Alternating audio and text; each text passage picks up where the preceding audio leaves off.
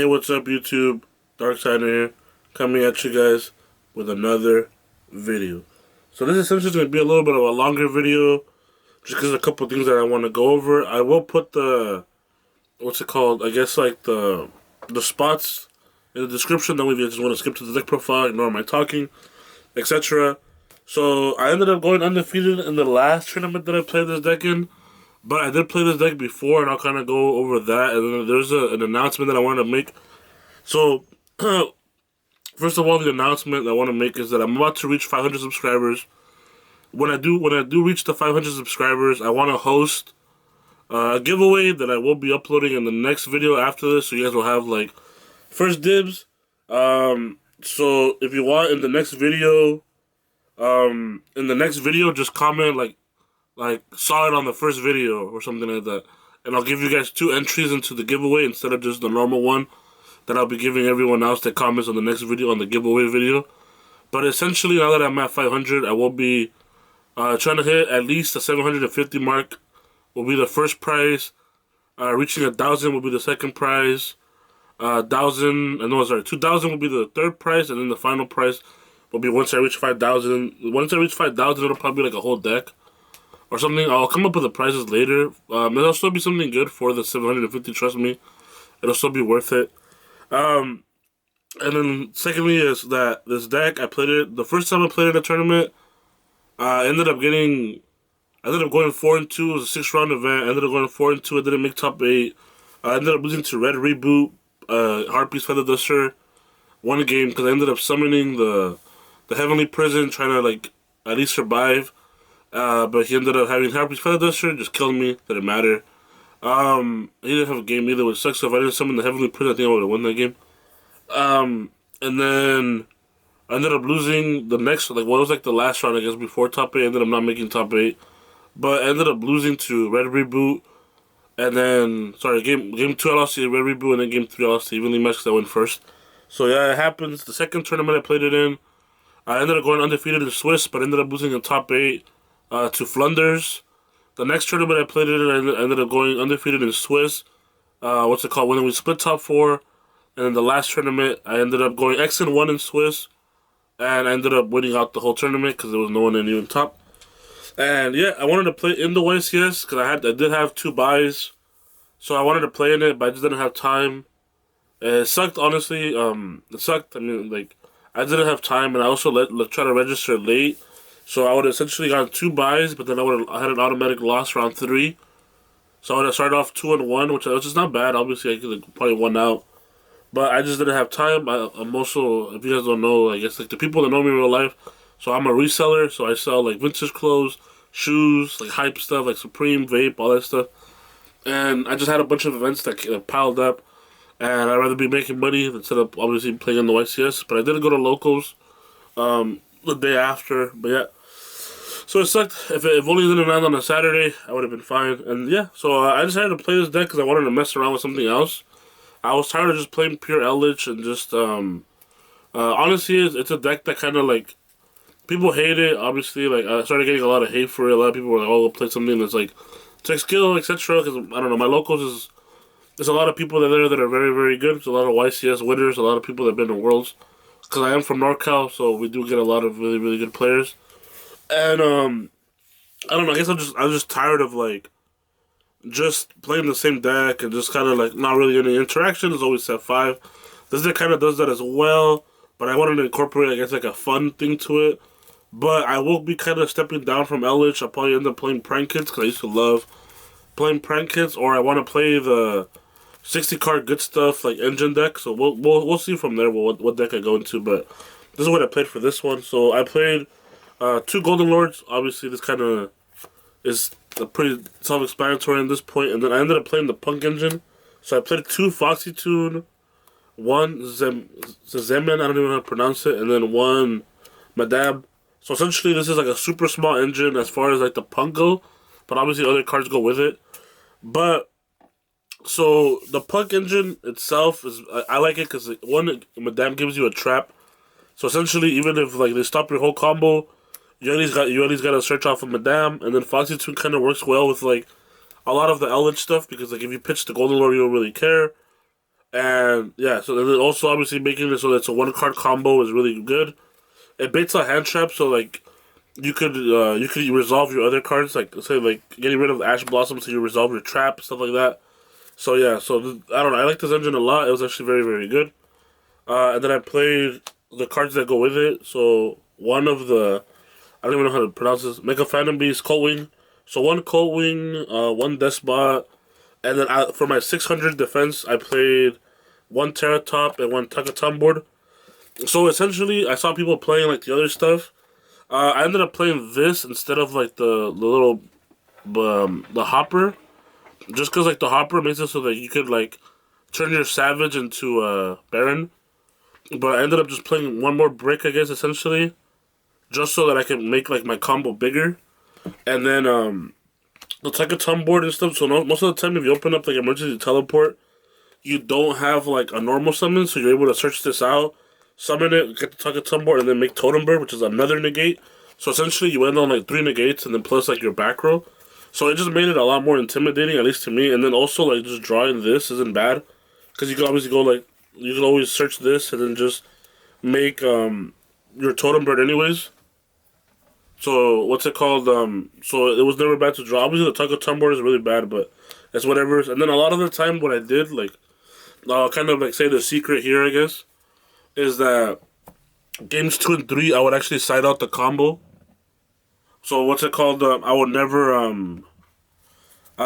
leave it in for the most part. I only left it in once against Brian. He's also like a YCS like multi topper, I guess, at this point. In one of the tournaments where I lost in top 8, just because I was like, well, I kind of want to test it out just to leave the combo in because I was going first. And he ended up like Ash Blossom and Ghost Ogreing me, and I was like, wow, you see, like this is why I take out the combo, because it makes so many cards dead.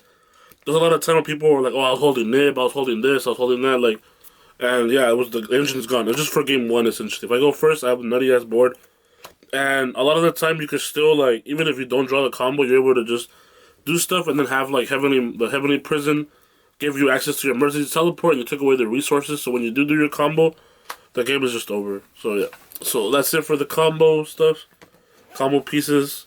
I played 2 Heavenly Prisons. Obviously, this card's nutty. It gives you access to emergency teleport. It gives you access to like the whole deck. What's it called? And then I played 1 Ecclesia. So Ecclesia, it was kind of like another win more card.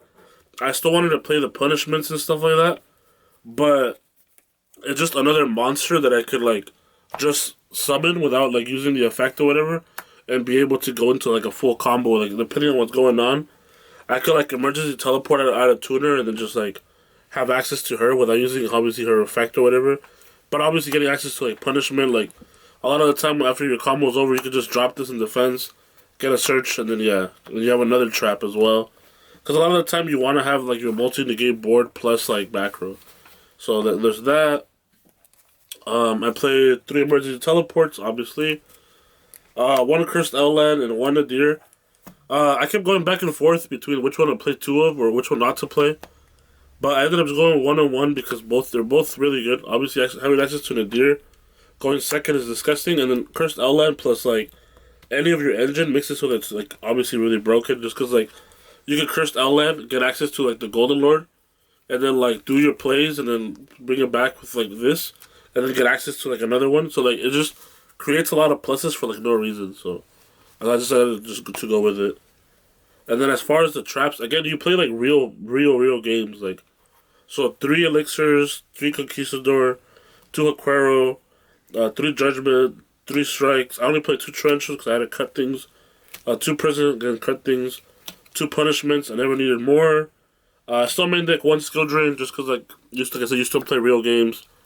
And then 1 of the P.U.N.K card. It's just another like it's like an impermanence, but you could also gain life if you have a P.U.N.K card, which actually came up once. So yeah, and that's it for the main deck. I'll go over the combo afterwards, but I'll just show you the extra deck and stuff like that. So the extra deck was 1 Highly Fabrax. Get them while you can. I had a bunch and I ended up selling them. One of the Mega Phantom Beast, Link. He might get banned. We'll see.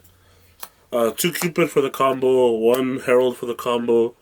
There's you don't really make it in the full combo, but There's scenarios where like if you feel like they have Nibiru and like they just kind of have that face, you can make this instead of the big guy, and then I'll show you guys. The board's just not as good, I guess. One Savage, one of the virtual world guys. You just make him like a lot of your board ends with like Savage and this and Totem Bird plus like a bunch of back row. So yeah. Let's see. Two Endless for the punishments. One Omega for the punishment. One Pegasus for the punishment, but also for Nadir, you want a card. You can send when you go first. One Rail Cannon, one Pallades, and one Link Spider. A part of me wanted to play a Dweller because you're able to make a Dweller with the combo. I'll show you guys later how to do that, but yeah. So I wanted to play Dweller, but I didn't find room. I kind of wanted to cut like Rail Cannon, but he came up a lot. So as far as the side deck goes, I ended up going with 3 Lava Golems, 3 Sphere Mode. A lot of the time, like obviously big boards like hurt a lot, but I guess like you could always like set 5 and just win. But especially with like when you side out the combo going second, like you want more cards, I guess, that are just really really good. And the thing is, like a lot of people still do their full combo because they think that you're trying to combo too. Instead of playing around like Lava Golem and stuff, they'll just set up a big board because they think that you're trying to like do a combo as well, but you're not. You're just gonna set 5 Sphere Mode or Lava Golem and win. 3 Inspector Border when you go first against Flunders, you can just summon this and just win. Yeah, so I needed that card. I still lost to Flunders that one time, but that was just because like game 1 he beat me. He went first. I couldn't do anything. Game 2 I beat him, and then game 3 he summoned Dark Samorg, and I was like, oh my god, I'm holding the Inspector Border, but I didn't have a way to deal with Dark Samorg. What sucks because if I had just literally draw one Golden Lord, I could just pitch the Golden Lord, get rid of Samorg, and then just summon Inspector Border. But yeah, life's not like what we want sometimes. And then 3 evenly matched. These are where the 2 skill drains come, and then 1 heart piece. Again, when you side out the combo, like a lot of the time I side in like the 2 skill drains, like the Inspector Borders, like like that's pretty much it, I guess. And then depending on what I want, and then obviously like maybe the heart piece or something. But yeah, like the deck performed how I wanted it to. So I just kind of wanted to show you guys the combo, I guess, instead of just putting it like in your face. I thought about just doing it like in person, but I figured this way was a little more easier to, I guess, go off of, just because you guys get to see the whole thing just like right in front of you instead of rather to see a bunch of cards. So yeah, so I'll just show you. Oh, wrong deck. Sorry about that. Yeah.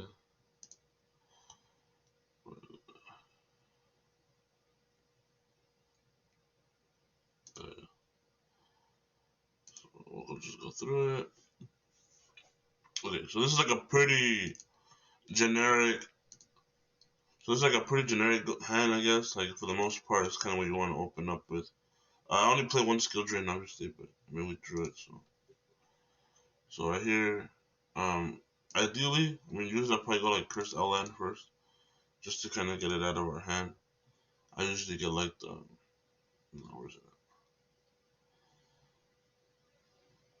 Oh, did I not put it in here? Oh, okay, well I forgot to put it in here, but it's supposed to be a Hakuero in here. I just kind of wanted to make the deck just super quick that way you guys can see it, but most of the time you switch out obviously the one you're missing. Activate emergency teleport. This is just kind of to bait Ash. That's why you activate the Curse Island because you already have everything you need. So you just want to do that. So essentially, you just summon this, right? You pay 600 life, right? You have to search out Fortitude. And then right here you would have obviously Conquistador, Haquero. And then with her, you discard her and the Golden Lord. Right? And then you would summon her, Madame. You pay 600 again, and you search out the counter trap. Right? You could do this if you want to, but obviously you want to wait just because in case they have like something to stop you, then you still have obviously 4 traps and like a skill drain. So usually you're good. So you end up summoning Holly 5X on this, right? And then you have access to the Despot. This is like as far as I was able to take it. I mean, there's probably a different way, but that's kind of what I came up with.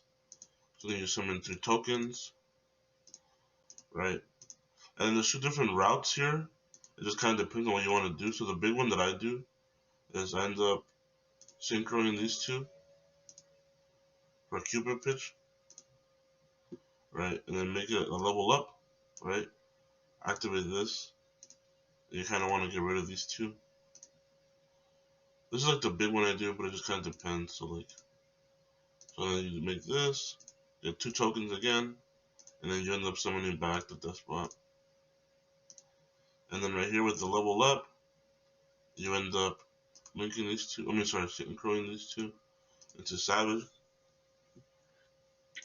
Savage triggers, and then equips this. Right? Boom. So now you have that. Cupid pitch triggers. You know, obviously it doesn't do when you synchro with it, but yeah, so just remember that. You get the Terra Top, which is like that's the biggest thing. I mean, you guys can summon like the resonator thing. I just didn't like it. Then you end up synchroing these two, right, into another Cupid pitch. Level it up one more time, and then I end up summoning this guy. Just because you have some recursion, and then like getting over like a Savage and this plus all this, and then the thing is you start with your normal summon your Terra Top. So you end up summoning Terra Top, and then get your Tuckaton board. You overlay these two for Totem Bird. Boom. And yeah, it's pretty difficult because like they have to have like Dark Ruler plus like other stuff, and then you still have your traps live. So they would have to have like Dark Ruler evenly maybe. That's probably like the best one I think. Dark Ruler evenly, and then you still kind of have access to him next turn. So, but yeah, so like in the other play, like you don't summon this instead. Like I'll show you. So you end up. So these guys will still remain in my hand. I'll just to make it simple. But I think it was like right here when I had the tokens. This is like the alternative line of play. Like depending on what you think. Like there's sometimes people just look super happy and they wait for you to summon the Savage. So here you synchro this. You end up making the Herald. Activate this again. But it's just really weird because I just don't like leaving like a random cold wing, which I'll show you. So then you get these guys. There was like a play that I was doing, like you guys can make Dweller, right? So it's a little different, but still fine. So right here, obviously, like what's it called? You end up summoning this anyways, right? So then you end up doing the same thing. So you end up making Cupid pitch. I guess there's one in the graveyard, right? So you end up leaving one in there actually. And again, you level it up. So then you end up making these two into Savage. Equip this thing. And then you end up getting your Terra Top again, and then but you have like a random coin there, and then but same thing like if I had like I don't know if there's a right here you can search out like the resonator instead, and then kind of like make this into like a clear wing. I just like Totem Bird. Also like Terra Top like drawing is not bad. Obviously like drawing this is pretty bad. But yeah, in another scenario I was playing like Dweller, so then these two you can stack up on top to make Dweller, and then you have access to Totem Bird, Dweller, and Savage. So not that bad. And then obviously having all these, and then like obviously just send this to the graveyard so the next you can attack. You get access to the Golden Lord. Yeah. And essentially you have 5, just because like you're gonna be able to send this to get another Aquero. Another Sanguine, and then having all this to back everything up is like ridiculous, you know? And that's it for like the combo. I was just trying to show it. And yeah, guys, hopefully you guys enjoyed the deck profile. The deck's very, very good. It's very fun. And yeah, peace out, guys.